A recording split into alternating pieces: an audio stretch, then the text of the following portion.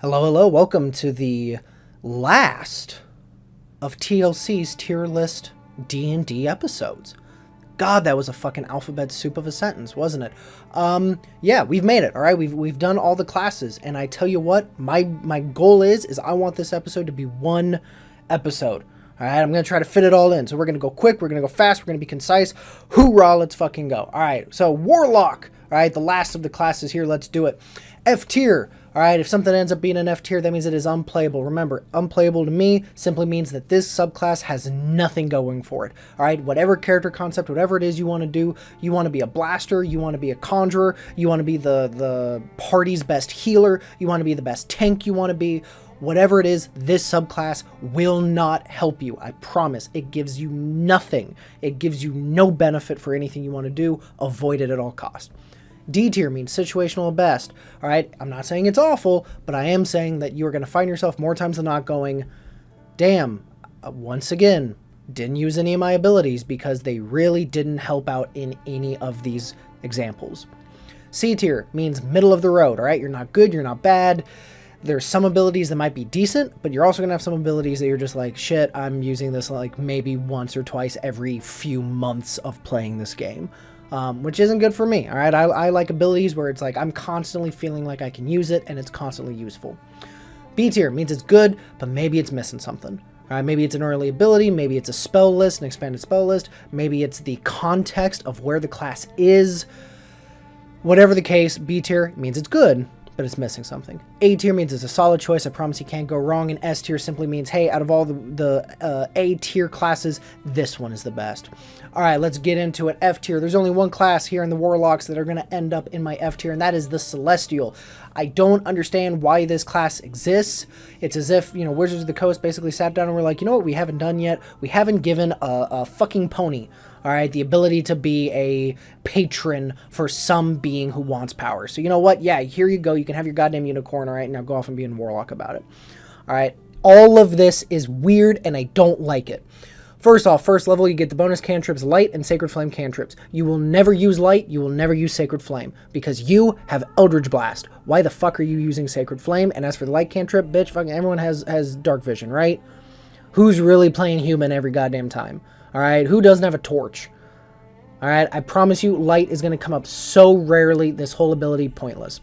Healing Light. At first level, you gain the ability to channel celestial energy to heal wounds. You have a pool of D6s that you can spend on healing. The number of dice in the pool equals 1 plus your Warlock level. All right, so right out of the gate at level 1, all right, you have 2 of these D6s. As a bonus action, you can heal one creature you can see within 60 feet of you, depending, spending dice from this pool. The maximum number you can spend equals your charisma modifier. So right out of the gate, if you have, say, a 4, all right, in your charisma, or 3 in your charisma, the most you can ever spend at one time is 3, until that number goes up. You roll the dice, add them together, and restore hit dice equal to that amount. Your pool then regains dice when you finish a long rest. This is bad. This is just bad. This is an absolute pathetic healing source. The fact that the D6s will stay D6s, the fact that it never increases, you know, the fact you don't get them back on a short rest. For a class that is all about short resting, they give us an ability that sucks. Maybe it would have been overpowered if they would have given it to us on short rest, but like seriously, even because you think to yourself like, oh, well, what if my Warlock gets like level 10? That gives me 11 of these D6s. The average of a D6 is 3. It's like 3.54, right? But it's 3 to 4, right? We can all agree on that. So that means that the most you can ever hope to do on average is like 30 to 40 heals. All right, that's at level 10. Cure Wounds, okay? 2 Cure Wounds cast at like 2nd level, boom, is now going to be an average roughly of about 30 to 40 points if it's done by a healer, aka a cleric or someone that has some sort of bonus to their healing ability. This is shit. And the fact that, again, you can only use as many as a charisma modifier, that means the best you can ever hope for is 5d6. All right, that is an average of about 15 to 20 heal. And then that's it. You know, that's 5, all right, of your spent hit dice. And you don't get it back until, or 5 of this healing pool, and it's spent until a long rest. Absolutely awful. Radiant Soul at 6th level. All right, you have resistance to radiant damage, which is one of the most uncommon forms of damage out there, so this is fucking pointless. And when you cast a spell that deals radiant or fire damage, you can add your charisma modifier to one of the damage rolls against the target. What fucking spell are you casting? You're not using Sacred Flame, you're using Eldritch Blast. Unless you're taking Fireball somehow, which I don't think you can. Yeah, this makes no sense to me. This whole ability is pointless. Celestial Resistance. At 10th level, you gain temporary HP whenever you finish a short or long rest. This temp HP equals your Warlock level plus your Charisma modifier. Additionally, choose up to 5 creatures you can see at the end of the rest. Those creatures each gain temp HP equal to half of your Warlock level plus your Charisma modifier. Holy shit, a good ability. This is solid. This is fantastic. I have nothing I can possibly bitch about it. All right, the fact that you get it on a short rest, yeah, and so does the party, because it says at the end of the rest. It does not say long rest. So you and the party, you can basically grant yourself a shit ton of temp HP as you go up in the levels. You can grant your party a decent chunk of temp HP at the end of every short rest. This is solid. This is great ability. Can't really bitch too much about it. But so far, it's under the pile of absolute garbage. Alright, Searing Vengeance. At 14th level, the radiant energy you channel allows you to resist death. When you have to make a death saving throw at the start of your turn, you can instead spring back to your feet with a burst of radiant energy. You regain hit points equal to half of your hit point maximum, and then you stand up if you so choose to do so. Each creature of your choice that is within 30 feet of you takes radiant damage equal to 2d8 plus your charisma modifier, which at 14th level is a fucking pinprick, and is blinded until the end of the current turn. Alright, there we go. That's good, and I like that it's not a saving throw. It says they are blinded. There is no save. Once you use this feature, you cannot do so again until you finish a long rest. So basically, you get a nice little bump of a heal. You get to come back if you drop to 0, and you do a little pathetic amount of damage. If you choose half orc, you get this ability just by being a half orc. Alright, minus the damage and the heal, but the whole bouncing back from 0, that's not that uncommon at this point. Plenty of subclasses at their capstones or the one right before it have unlocked this ability to bounce back from a 0, from a drop to 0. The damage is very minimal. The blinded is nice. So yeah, this is like a CB, maybe a B tier ability. But it's your 14th. It's your capstone. I've said it once and a dozen other times that, your capstone ability needs to be good, because odds are your campaign is either wrapping up around this time or you will never get this point. So this has to blow me out of the water. It has to be something so good that makes me go, holy shit, I want to ask my DM to make that Rime of Frostmane game, which normally is supposed to end by 11th level. I want us to keep playing so that I can get this ability. And this does not do it for me. Absolutely F tier, fuck the Celestial Warlock. D tier, we have the Archfey. Fey Presence. At first level, your patron bestows upon you the ability to project the beguiling and fearsome presence of the Fey. As an action, you can cause each creature in 10-foot cube originating from you to make a wisdom saving throw against your Warlock spell's save DC. The creatures that fail are charmed or frightened, your choice, until the end of your next turn. Once you use this feature, you can't use it again until you finish a short or long rest. What in the hell are you trying to do in which frightening them or charming them for one round is going to make a lick of difference? Nothing. This is a pointless, if it would be for 5 minutes, if it would be for 10 minutes, if it was something that was hey, this is basically a charm person that you get to do once every short rest, then it would be infinitely better. But it's not. It's one round and it's only for 10 feet, which means you have to be right next to the enemy and hope that you get this, that they fail in their saving throw, or else you're about to get smacked hard. Absolutely awful. Misty Escape. At 6th level, you basically get to go invisible, teleport to 60 feet, and stay invisible until your next turn, unless you cast a spell. Once you do this, you cannot do so again until you finish a short or long rest. This isn't bad. This is a decent little ability. The problem is that it uses your reaction. It requires you to basically, you have to take damage. Alright, and it doesn't say you have the damage. It doesn't say you gain resistance or avoid it. It says that when you take damage, you can use your reaction to turn invisible and teleport to 60 feet away. So as far as I'm concerned, you still take the damage. So I have to hit you hard, and then you get to use this ability to go lick your wounds somewhere. I don't like that. I don't like abilities that rely on me getting hit. I want abilities that make it so that I avoid getting hit. I don't want to have to get hit to use my ability. 10th level, we have Beguiling Defenses. You are immune to being charmed. We've talked so much about charmed and how there are just better, you can choose races that help out with charmed. And when another creature attempts to charm you, you can use your reaction to attempt to turn the charm back on that creature. Isn't there a subclass, wasn't there a ranger subclass that did that? I'm pretty sure so, you know, and I've already talked enough about it. You know, how often are you being put under charm? How many times have you wanted to actually, you know, are you succeeding and then putting it back on them? And how many times are they failing on that one? And if all of this works out, they are charmed by you for 1 minute or until it takes damage. Some 10th level ability. Alright, 14th level, we have Dark Delirium. You can plunge a creature into an illusionary realm. As an action, choose a creature that you can see within 60 feet of you. It must make a wisdom saving throw. On a failed save, it is charmed or frightened for 1 minute or until your concentration is broken. This effect ends early if the creature takes any damage. Until this illusion ends, the creature thinks it is lost in a misty realm, the appearance of which you choose. The creature can see and hear only itself, you, and the illusion. You must finish a short or long rest in order for you to use this again. If this was for like 10 minutes or an hour, this would be fucking nuts. But this is for 1 goddamn minute.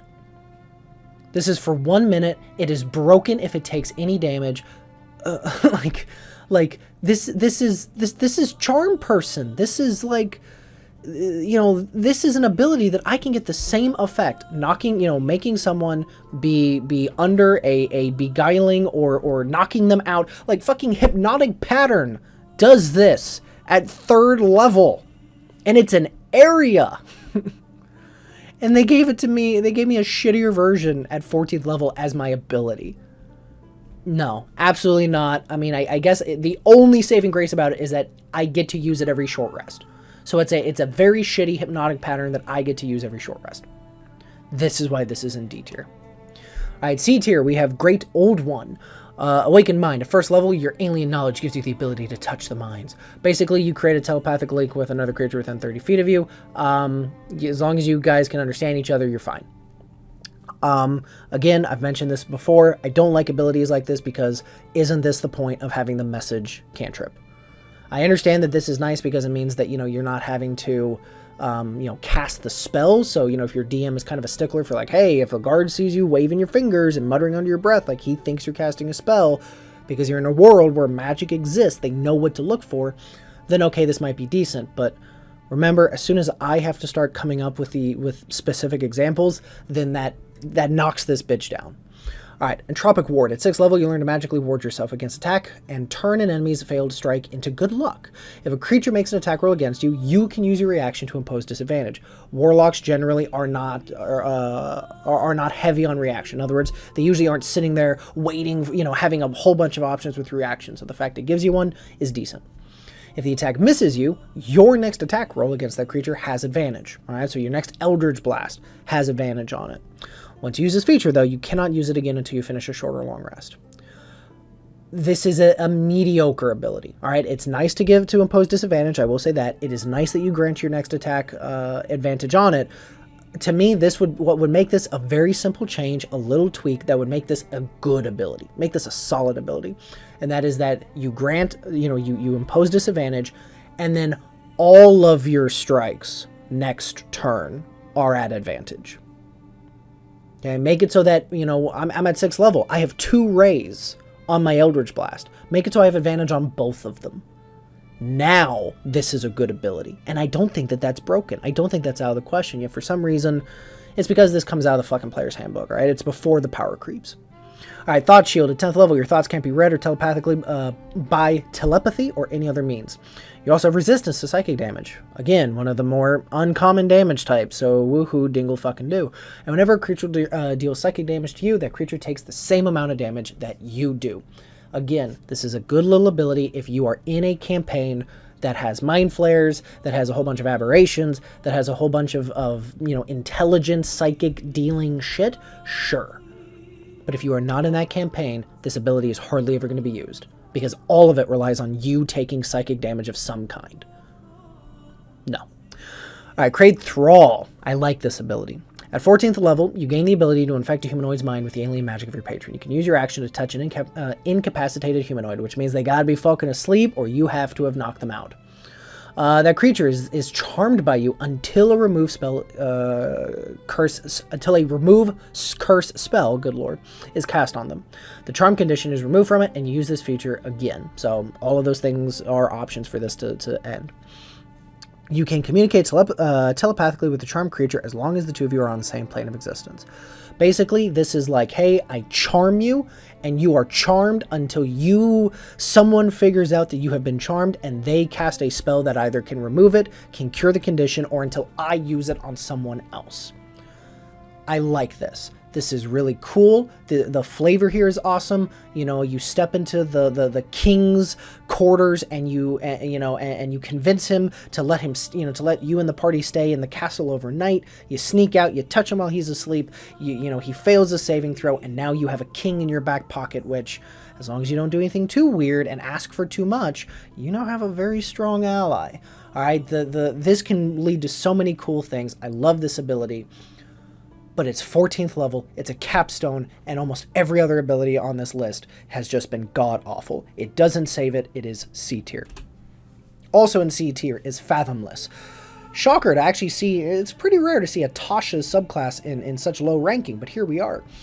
Tentacle of the Deep. I'm going to try to abbreviate some of these that are longer. Basically, you create a little watery tentacle that lasts for like a minute. It can go out and attack things for you as a bonus action. It does increase damage a little bit over time. So it starts out as 1d8 and it turns into 2d8 at 10th level, which is not a pathetic amount of damage. All right, that's about as much damage as a spiritual weapon, which is good. You can summon this a number of times equal to your proficiency bonus, which is I love, because that's a number that will increase without me having to use ASIs to do so, ability score improvements to do so. The only problem is that you only get this back on a long rest. However, since, once you get to like proficiency bonus 3 and 4, that might be enough for you to use in almost every combat that you go into throughout the day. So it gives you a bonus action. It's nice little damage. It is 10 feet, so you're gonna have to kind of once you create it, it's not really going to be able to move around too much, but it's a nice little bonus action, and if you're in a tight space where the enemy isn't going to be moving around too much, it's a good option. Alright, also at first level you have a swim speed of 40 feet and you can breathe underwater. Super effective if you're in a campaign where that matters. If you are not in a campaign where water is a constant threat, then this is pointless. Oceanic Soul at 6th level, you're now even more at home in the depths. You gain resistance to cold damage. In addition, when you are fully submerged, any creature that is also fully submerged can understand your speech and you can understand theirs. Again, pretty pointless. The resistance to cold might be nice, but everything else, awful. And it's like they knew it because they give you another 6th level ability. Here we have Guardian Coil. Your Tentacle of the Deep can defend you and others, interposing itself. When you or a creature you can see takes damage while within 10 feet of the tentacle, you can use your reaction to choose one of the other creatures and reduce the damage by 1d8. And it then increases to 2d8 at 10th level. This is nice. It gives you a reaction, which Warlocks generally don't, they're not waiting for. They don't usually have a long list of options, so it's nice. The only problem is that this implies that you or your allies are near the tentacle, which means the fight would have had to stay in a pretty, confined area. They haven't moved too far away from the tentacle, because the tentacle can't move. All right, once you've placed it somewhere, all right, you have to use a bonus action to move it, which again, you're using the bonus action to attack with it. So, if the battlefield is constantly moving, you may be moving this bitch and then never using it for anything, but you now get to move it maybe and then use your reaction to reduce damage. So it's not horrible, but there are some tweaks here. There are some issues. There is a little bit of a wrench in it. All right, Grasping Tentacles at 10th level. You learn the spell Havard's Black Tentacles. It counts as a Warlock spell for you, and it doesn't count as many as you know. You can cast it without using a spell slot, and it's not a bad spell. Whenever you cast this spell, your patron's magic bolsters you and grants you temp HP equal to your Warlock level. I feel like a lot of Warlocks have temp HP abilities. It's like they know that it's a weak class, and it keeps getting hit. Temp HP equal to your Warlock level. Moreover, damage can't break your concentration on this spell. I like that ability. I like that they're implementing, like, hey, here's a spell that's decent. It's not the best, but hey, you don't have to worry about concentration on it. You'll always be able to use it. Decent. All right, Fathomless Plunge. At 14th level, you can magically open temporary conduits to watery destinations. As an action, you can teleport yourself and up to 5 other willing creatures that you can see within 30 feet of you. Amid a whirl of tentacles, you all vanish and then reappear up to a mile away in a body of water you have seen, a pond size or larger. I don't like that, because what constitutes as a pond? Are we talking, I'm not a big fan of that, but, or within 30 feet of each of you appearing in an unoccupied space within 30 feet of the others. Once you use this feature, you can't use it again until you finish a short or long rest. What if you're in a campaign where there isn't a lot of water? What if, because, what are you going to do? Are you going to ask your DM, hey, DM, I have this ability and I would really like to use it quite often. Can you make sure that there's lots of lakes and bodies of water around? I don't know. I don't like having to rely on a DM's discretion to make these abilities good, which this last ability, it's good. I like teleporting magic. I like that it's a get out of jail free card. I don't like the fact that it's like, hey, you got to be near a body of water. You got to know where it is and you got to use it. So C tier for me. B tier, we have the Fiend. Dark One's Blessing. Starting at first level, you can when you reduce a hostile creature 0 hit points, you gain temp HP equal to your Charisma modifier plus your Warlock level. That is a decent amount of temp HP. All right, and if your DM is someone who usually does either minion things, which by the way, odds are he would stop using it if you use the subclass, or usually throws like a number of enemies at you, you may very well find yourself being the one who reduces creatures down to 0, and you may find yourself constantly refreshing temp HP and Charisma modifier 5+. At some point, all right, maybe not right out of the gate, but eventually your Charisma is probably gonna be 5. 5+ a Warlock level, that is not a small amount of temp HP that you could, throughout a battle, once, twice, even 3 times refuel, resupply. That's good. That's a lot of damage that you might be avoiding. All right, Dark One's Own Luck. At 6th level, you can call on your patron. When you make an ability check or saving throw, you can use this feature to add a D10. I love that it gives you a big old fucking die right out of the gate, and it's not some little D4 that scales so that you don't see the D10 until you're level 15. All right, immediately D10. You can do so after seeing the initial roll, but before you know the roll's effects. Here we go. This is spelled out exactly the way that we players want, right?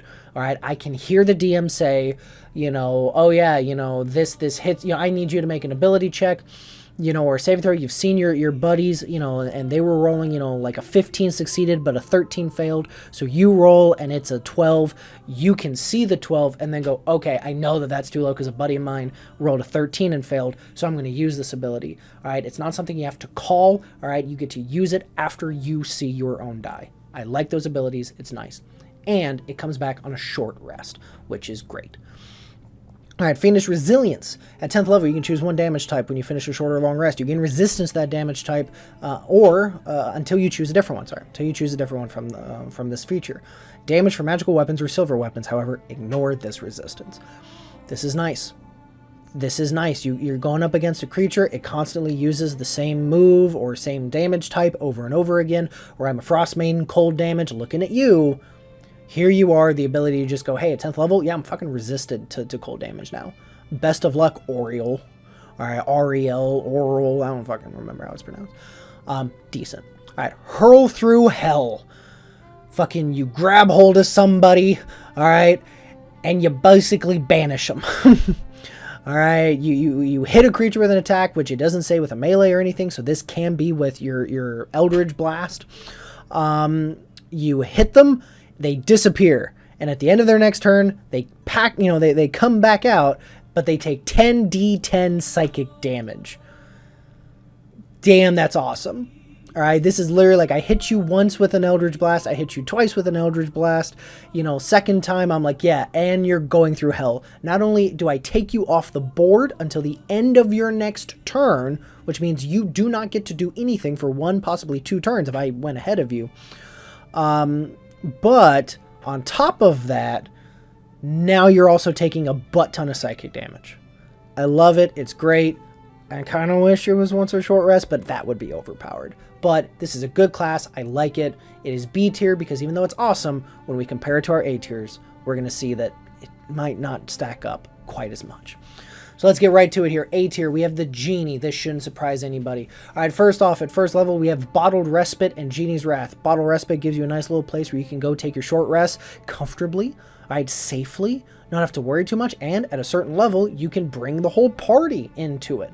All right, so, it kind of removes the chance of constantly getting fucked around with by, a DM with a wandering monster table during short rests.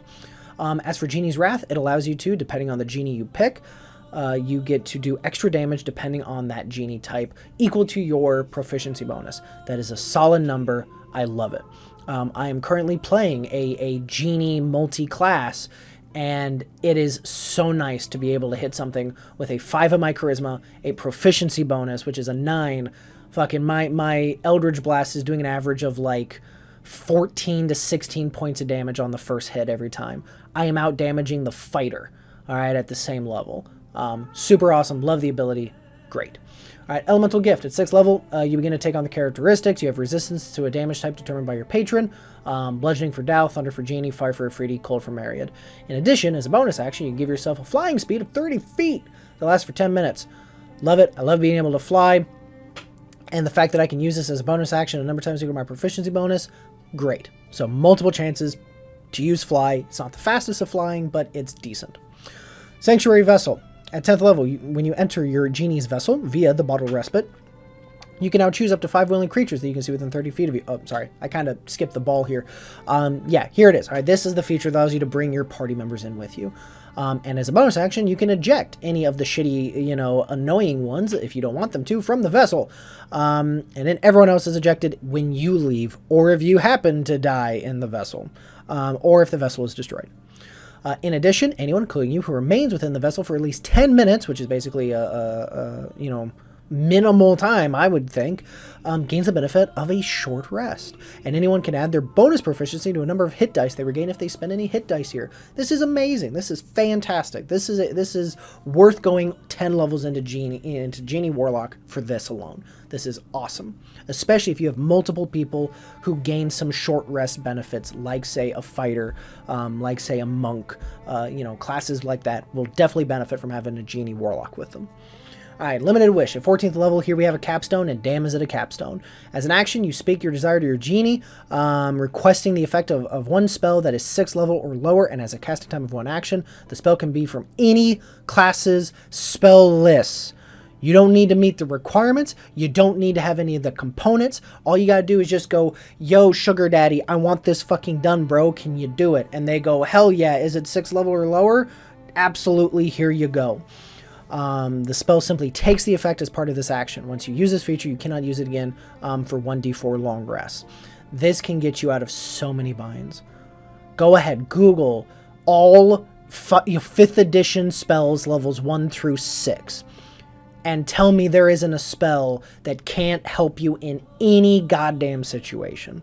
This is beautiful. This is wonderful. I love this subclass. I think it is easily one of the best. I almost gave it the S tier, but I couldn't, because we all know that there's only one Warlock subclass that can get that S tier. Alright, it's why everybody fucking multi-classes with it. It's why it's the talk of the town. It's why when you Google it, it is the #1 most searched up Warlock subclass, and that is, of course, the Hexblade. Alright, Hexblade's Curse. At 1st level, you gain the ability to cast a curse on somebody, basically for the next minute, alright, until you die or the target dies. Here are some benefits. 1, you get bonus to your damage rolls equal to your proficiency bonus. Hot damn, this is awesome. Any attack roll you make against the cursed creature is a crit on a 19 or 20. There are fighters that have to wait till 3rd level to get that shit. Alright, if the cursed target dies, you regain hit points equal to your Warlock level plus Charisma. Again, that's not a small amount. And you can use this feature once every short or long rest. Amazing. Hex Warrior. At 1st level, you as normally a pure spellcaster kind of a pure spellcaster. Your spellcasting might be kind of weird, but you're still pretty much a pure spellcaster. You can wear heavy armor. Or sorry, not heavy armor. Medium armor, shields, martial weapons. Alright, you have all of this super awesome stuff. Once a long rest, you can touch a weapon that you are proficient in, which is a lot of different weapons, by the way. It just has to lack the two-handed property. When you attack with that weapon, you can use your Charisma modifier instead of Strength or Dex. This is how come every paladin wants to take at least 1 level of Hexblade. The benefit lasts until you finish a long rest. If you later gain the Pact of the Blade, then you can use this on the weapon that you conjure, and it doesn't matter what the weapon's type is anymore. Again, super, super awesome. At 6th level, we have a Cursed Spectre. Basically, if you kill something, you get to make a Spectre. And a Spectre is nothing to be, is not a small thing. All right, a Spectre is a dangerous encounter, especially considering its resistances, especially considering what it can do. All right, it lowers maximum hit points. If it attacks something successfully, it's good. The Spectre remains in your service until the end of your next long rest, at which point it vanishes. Once you bind a Spectre in this way, you cannot use the Spectre again until you finish a long rest, so this is a one-time thing. And it gains temp HP equal to half your Warlock level, so it's not going to be completely shitty. Not that a Spectre would be shitty, but you know what I'm saying here. Like, you know, you're getting good use out of it, and it may even be able to take a hit or two. All right, 10th level, we have Armor of Hexes. Your hex grows more powerful. If the target cursed by your Hexblade's curse hits you, you get to roll a d6. On a 4, 5, or 6, the attack misses you, no matter what the fuck the roll is. Holy shit, I love it. You want to talk about gambling? All right, you just fucking roll that d6. Every time fucking Orcus is about to just bash your damn skull in, all right, every time you think Baphomet, all right, or Demogorgon is going to come down with his big old tentacly hand, all right, and smoke you into the ground, just roll that d6, bud. All right, 4, 5, 6, nothing. You miss. All right, I love it. I absolutely love this ability. I love that there's some chance to it. You could still roll a 1, 2, 3, but it's powerful and it's awesome. But I will say it is a reaction roll, so you can only do it on one of your attacks. But still, it's good. All right, 14th level, we have Master of Hexes. All right, when the creature cursed by your Hexblade's curse dies, you can apply the curse to a different creature immediately within 30 feet of you, provided you are not incapacitated. When you apply the curse in this way, you do not regain hit points from the death of the previous cursed creatures. Basically, you're giving up the health to move the Hexblade's curse. This is good. The only problem is that I wish that there was more. And the reason I say I wish that there was more, I mean, it doesn't mess up this class because it's S tier for a reason. It's just one of those things where it's like, I like that it continues going. So basically our entire Hexblade's curse, you know, first level ability still stands. My problem is that I'm not a big fan of the fact that it has to be within 30 feet. You know, you don't get all the benefits from it. But I understand why they're doing it. All right, they're trying to make you be able to use your Hexblade's curse, which technically, as long as you're killing things, this thing could go and go and go and go. I love it. It's fantastic. This whole subclass is great. There's a reason, I think, as soon as Xanathars came back, every Warlock went Hexblade. Like, every Warlock player immediately went and made a Hexblade character. I definitely, I think it is one of the most multi-classed subclasses. I think that it is one of the most, popular Warlock classes. It can't be anywhere else besides my S tier. And with that, I am done. I hope you stuck with me. I know we blew through it, but I wanted to, as kind of a celebration of getting all the way through this, because I'm not going to do an Artificer, mainly because, one, I have not had a player play an Artificer, and I myself have not played one, and so I just don't feel like I am comfortable talking about it, because I really haven't seen it in use too much yet. But I love the Warlock. I love these classes. I hope you stuck around through the whole video. I'm happy that we got it down in one go, but it's probably going to be a pretty long one. But hey, we did it. We're awesome. We can now go and explore other things, which I'm excited for.